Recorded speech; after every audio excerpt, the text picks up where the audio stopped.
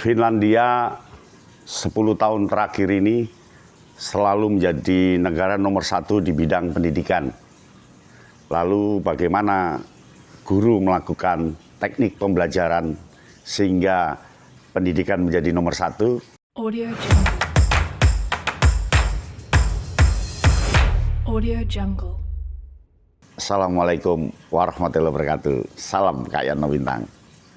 Betul-betul semua negara di dunia kagum dengan Finlandia. Mengapa? Negara kecil, penduduknya kecil, dan tidak seberapa sumber daya alamnya, tetapi pendidikannya nomor 1 di dunia lewat pengukuran PISA.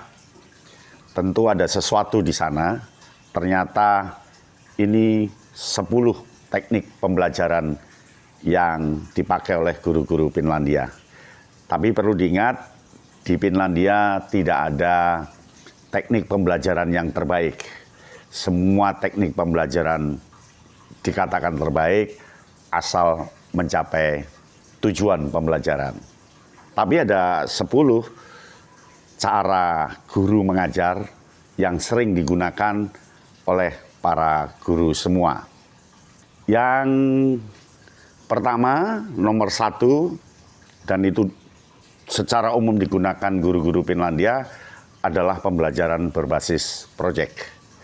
Jadi anak-anak Finlandia sudah terbiasa dengan membuat sebuah proyek.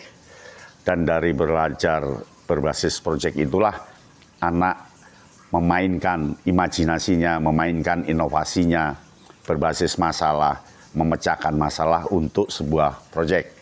Dan kebebasan murid betul-betul diarahkan kepada penciptaan sebuah proyek. Jadi pembelajaran berbasis proyek itu teknik pembelajaran nomor 1 yang sering digunakan oleh guru-guru di Finlandia. Nah, yang kedua adalah pembelajaran terintegrasi. Guru sering memadukan beberapa mata pelajaran dalam pembelajaran untuk membantu siswa membuat koneksi antara topik yang berbeda. Jadi mata pelajaran satu dengan pelajaran yang lain itu dilaksanakan secara terintegrasi. Tentu gurunya juga terintegrasi, saling kerjasama satu dengan yang lainnya. Jadi di sana tidak jelas apakah IPA, IPS, bahasa dijadikan satu secara integratif. Jadi pembelajaran berdasarkan apa yang diinginkan oleh siswa terkait dengan pemecahan proyek yang dia lakukan di pertama tadi. Nah, yang kedua adalah keterlibatan siswa yang tinggi. Guru di Finlandia memotivasi siswa untuk terlibat aktif dalam pembelajaran mereka dengan mendorong diskusi, tanya jawab, kegiatan praktis. Jadi siswa itu dibudayakan, dibiasakan untuk punya keterlibatan tinggi terhadap tanggung jawab pelajaran yang dia lakukan. Jadi semuanya terlibat detail, jadi tidak ada yang malas, tidak ada yang nyuruh temannya, dia santai di bawah pengamatan guru. Ya. Nah, yang keempat itu adalah pembelajaran mandiri. Guru di Finlandia memberikan kesempatan kepada siswa untuk memimpin dan mengelola pembelajaran mereka sendiri dengan membantu mereka membangun keterampilan mandiri dan kemandirian. Jadi jangan kaget ketika di Finlandia itu siswa secara mandiri melakukan pekerjaan-pekerjaan, tugas-tugas yang dibebankan kepada mereka tentu terkait dengan proyek yang dia lakukan, terkait dengan terintegrasi tadi. Jadi guru memberikan tugas-tugas mandiri dan siswa secara mandiri melakukan. Di kemandirian ini yang penting adalah tanggung jawab, inisiatif, dan tepat waktu ketika menyelesaikan. Berikutnya, penekanan pada nilai dan karakter. Guru di Finlandia sering menekankan pentingnya nilai dan karakter dalam pendidikan, seperti rasa ingin tahu, kerjasama, empati, toleransi, dan kolaborasi di dalamnya. Nah, selanjutnya adalah pembelajaran berpusat pada siswa. Jangan kaget, ya, guru di Finlandia itu yang menjadi subjek, yang menjadi poros utama adalah siswa. Guru di Finlandia memprioritaskan kebutuhan dan minat siswa dalam mengembangkan kurikulum dan metode pengajaran. Jadi siswa itu ditawari, kita akan bahasa Indonesia, kita hari ini akan mengarang, kira-kira mengarang apa enaknya. Nah, itu didiskusikan dulu. Diskusikan dulu, tentu nanti akan muncul tren yang disukai oleh siswa.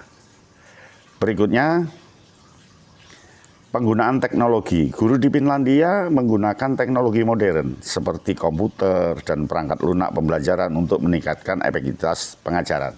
Itu sama dengan di kita, tetapi kita ini masih terbatas mencari sumber-sumber dari teknologi. Tapi belum bagaimana anak menggunakan teknologi sebagai sumber belajar bagi anak. Selanjutnya, evaluasi terus-menerus dilakukan. Guru di Finlandia melakukan evaluasi terus-menerus untuk memahami keterampilan dan kebutuhan siswa sehingga dapat menyesuaikan pengajaran mereka secara tepat. Jadi, evaluasi dilakukan secara progresif. Anak terpantau perkembangan dari tingkat awal sampai tingkat akhir. Kalau kita kan enggak, lost doll. Yang penting ujiannya sama. Nanti ketika ujian dia berbeda. Ternyata 10 itulah yang menjadi resep guru-guru di Finlandia sehingga menjadi pendidikan nomor 1 di dunia berdasarkan ukuran PISA. Jadi masalah literasi, numerasi itu menjadi hal sepele dan menjadi kebiasaan bagi siswa-siswa Finlandia. Ketika baca tanpa disuruh, siswa akan melacak, daya bacanya tinggi. Numerasi dia akan cepat menghitung dan sebagainya tanpa harus disuruh. Bisa kayak di Indonesia seperti itu, bergantung guru. Mau nggak menciptakan. Yang penting kali ini kita mengenal 10 teknik pembelajaran yang dilakukan oleh guru Finlandia. Demikian, salam Kayana Bintang. Audio Jungle. Audio Jungle.